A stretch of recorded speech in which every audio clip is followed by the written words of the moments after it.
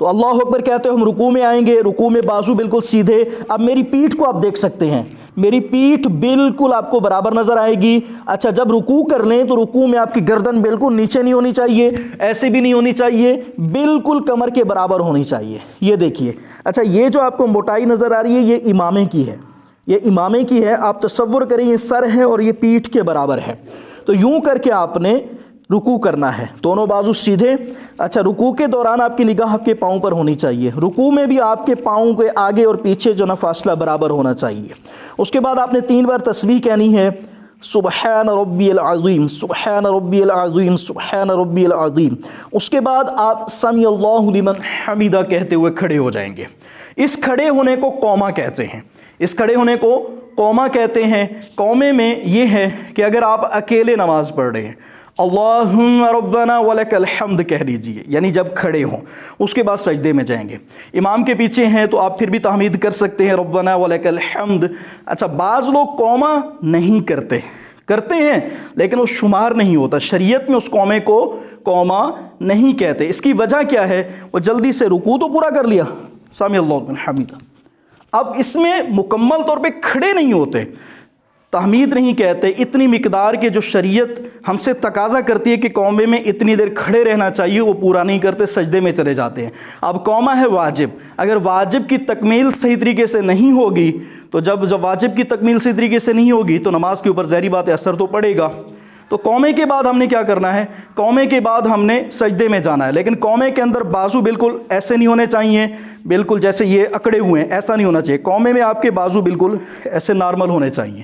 Normal ہونے کے بعد اب آپ نے قومے کے اندر بھی آپ نے دونوں ہاتھوں کی انگلیوں کو نہ زیادہ کھولنا ہے نہ زیادہ بند کرنا ہے، یہ بھی نارمل حالت میں ایسے ہونے چاہیے. قومے میں آپ کی نگاہ جائز سجدہ پر ہونی چاہیے. اس کے بعد کیا ہوگا؟ قومہ آپ نے کر لیا، ربنا ولک الحمد کہہ دیا. اس کے بعد آپ سجدے کی سمت جائیں گے، سجدہ کریں گے. تو سجدے کا طریقہ یہ ہے کہ سب سے پہلے زمین پر گھٹنے لگائیں گے، سب سے پہلے زمین پر گھٹنے لگائیں گے. اس کے بعد ہاتھ لگائیں گے. دونوں ہاتھوں کو اس طریقے سے رکھنا ہے کہ نہ یہ زیادہ کھلے ہوئے ہوں نہ زیادہ ملے ہوئے، نارمل حالت میں ہوں. اور دونوں ہاتھوں کے درمیان میں آپ نے اپنی ناک رکھنی ہے، یہاں پہ اپنی پیشانی رکھنی ہے، یہاں پہ ایسے ناک اس طریقے سے لگانی ہے کہ آپ کی جو نا ناک کی یہ ہڈی آپ کو محسوس ہو. پیشانی اس طریقے سے لگانی ہے کہ پیشانی کا جماؤ آپ کو بالکل محسوس ہونا چاہیے. اب دونوں ہاتھوں کے درمیان میں آپ نے سب سے پہلے ناک لگانی ہے، اس کے بعد پیشانی لگانی ہے. ترتیب یہ ہوگی قومے کے بعد، ترتیب یہ ہوگی سب سے پہلے گھٹنے لگائیں گے، اس کے بعد ہاتھ لگائیں گے، اس کے بعد ناک لگائیں گے، اس کے بعد پیشانی. یہ مکمل کرنے کے بعد اب آپ جو ہے نا وہ 3 بار تسبیح کہیں گے. 3 بار تسبیح کہیں گے، سبحان ربی الاعلی، سبحان ربی الاعلی، سبحان ربی الاعلی. اب تسبیح کے دوران، سجدے کے دوران آپ کی نگاہ آپ کے اس حصے میں ہونی چاہیے، یعنی پیشانی اور ناک کے درمیان یا اس ایریے میں ہونی چاہیے. آنکھیں بالکل بند بھی نہیں کرنی، دونوں ہاتھوں کے درمیان میں رکھنی ہے. نماز میں سجدہ کیسے کرتے ہیں؟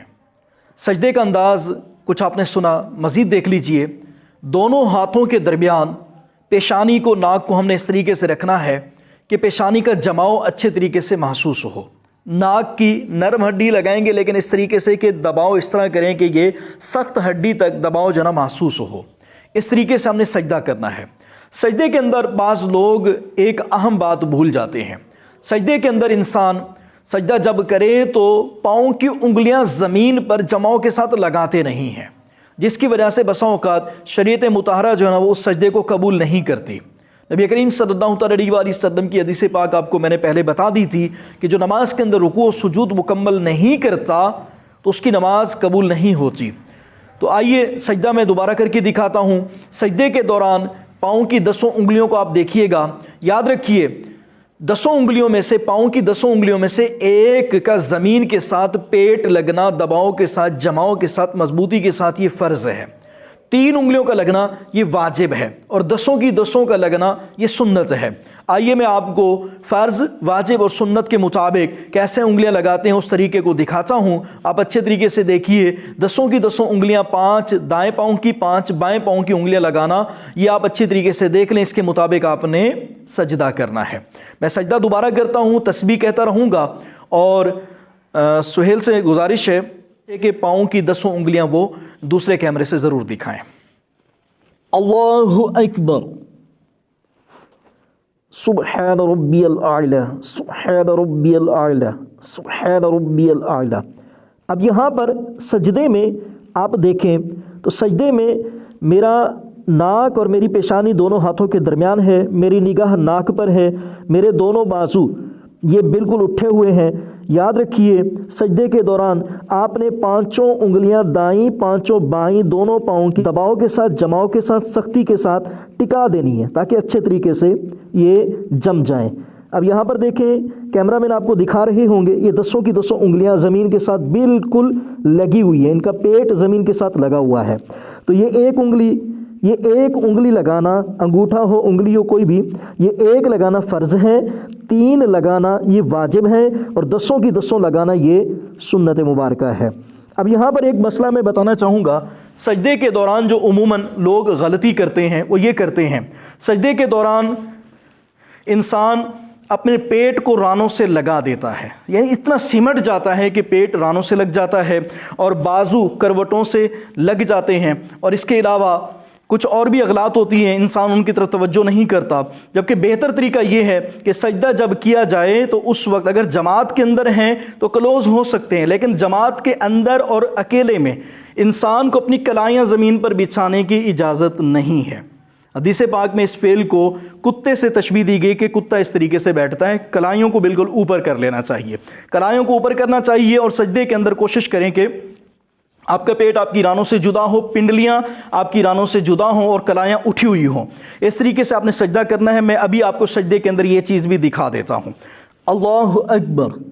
اب یہاں پر دیکھیں میری یہ پنڈلی ران سے جدا ہے، پنڈلی ران سے جدا ہے، اور میرا پیٹ میری ران سے جدا ہے، اس کے بعد میری دونوں کلائیاں اٹھی ہوئی ہیں، یہ کلائیاں یہ مکمل زمین سے اٹھی ہوئی ہیں۔ یہاں پر دیکھیے اب تسبیح کہنی ہے، سبحان ربی الاعلی، سبحان ربی الاعلی، سبحان ربی الاعلی۔ اس کے بعد یہ مکمل طریقہ سجدے کا ہے، اسے اچھے طریقے سے آپ نے دیکھ لیا ہوگا، ایک سجدہ ہو چکا ہے، اب ہم دوسرا سجدہ کریں گے۔ اللہ اکبر کہتے ہوئے بیٹھیں گے، اس بیٹھنے کی کیفیت کو جلسہ کہتے ہیں، اس بیٹھنے کی کیفیت کو جلسہ کہتے ہیں۔ جلسے کے اندر ہماری نگاہ ہماری گود میں ہونی چاہیے، اتنی مقدار میں کہ کم از کم ایک مرتبہ سبحان اللہ تسلی سے کہہ سکیں۔ تھوڑے سے لمحے کے لیے یہاں پہ ہم نے سانس لینا ہے، بیٹھنا ہے، اس کے بعد دوسرا سجدہ کرنا ہے۔ اگر سجدے کے بعد اٹھے جلدی میں دوسرا کر لیا، بیٹھے نہیں ہے، جلسہ نہیں کیا، تو واجب کا ترک ہوگا، کیونکہ جلسہ کرنا یہ واجب ہے۔ اب جلسے کے اندر بیٹھنے کا طریقہ کیا ہے؟ بیٹھنے کا طریقہ آپ پیچھے سے دکھائیے گا کہ سیدھا پاؤں کھڑا کر کے اس کی 5 انگلیاں زمین پہ لگنی چاہیے، سیدھا پاؤں کھڑا کر کے 5 انگلیاں زمین پہ لگنی چاہیے، الٹے پاؤں کو بچھا کر اس کے اوپر ہم نے بیٹھ جانا ہے۔ تو یہ طریقہ، یہ درست طریقہ ہے، اس کے مطابق آپ نے جلسے میں اور اتحیات میں بیٹھنا ہے۔ اچھا، جلسے کے اندر آپ نے ایک سجدہ کر لیا، جلسے کے اندر آپ کی نگاہ آپ کی گود میں ہونی چاہیے، آپ کے دونوں ہاتھ یہ نہ زیادہ نیچے ہوں نہ زیادہ اوپر ہوں، آپ نے اسے بالکل گھٹنوں کے برابر کر لینا ہے، نہ زیادہ کھلے ہوئے ہوں نہ ملے ہوئے ہوں، نارمل حالت میں ہوں، اس طریقے سے آپ نے ہاتھ رکھنا ہے۔ اس کے بعد آپ نے دوسرا سجدہ کرنا ہے۔ دوسرے سجدے کے اندر بھی آپ نے 10 انگلیاں پیچھے برابر لگانی ہے، دونوں پاؤں کی، دونوں ہاتھوں کے درمیان کرنا ہے، نگاہ آپ کی ناک پہ ہونی چاہیے، اور پنڈلی آپ کی رانوں سے، ران آپ کے پیٹ سے، اور کلائیاں زمین سے جدا ہونی چاہیے۔ دوبارہ دیکھیے دوسرا سجدہ کیسے کیا جاتا ہے۔ اللہ اکبر۔ یہاں پر دیکھیے آپ سجدے میں 10 انگلیاں پیچھے دکھائیے، پاؤں کی 10 انگلیاں لگی ہوئی ہیں، جماؤں کے ساتھ دباؤ کے ساتھ لگی ہوئی ہیں، پنڈلی ران سے جدا ہے، ران پیٹ سے جدا ہے، اور کلائیاں زمین سے اٹھی ہوئی ہیں، دونوں ہاتھوں کے درمیان ناک اور پیشانی ہے، پیشانی اور ناک کو مضبوطی کے ساتھ جمایا گیا ہے، زور دیا گیا ہے۔ تو اب تسبیح کہنی ہے، سبحان ربی الاعلی، سبحان ربی الاعلی، سبحان ربی الاعلی۔ اس کے بعد ہم نے اللہ اکبر کہتے ہوئے اس طریقے سے اٹھنا ہے کہ سب سے پہلے ہماری پیشانی اٹھنی چاہیے، سب سے پہلے ہماری پیشانی سجدے کے بعد اٹھنی چاہیے۔ رکوع ہم نے کیا، رکوع کے بعد ہم نے قومہ کیا، قومے کے بعد ہم جب سجدے میں گئے تھے تو ترتیب یہ تھی، سب سے پہلے ہم نے گھٹنے لگائے تھے، اس کے بعد ہاتھ لگائے تھے، اس کے بعد ناک، اس کے بعد پیشانی۔ لیکن جب سجدے سے اٹھیں گے، دوسری رکعت کو جائیں گے، اس وقت ہم نے اس کے بالکل برعکس کر دینا ہے،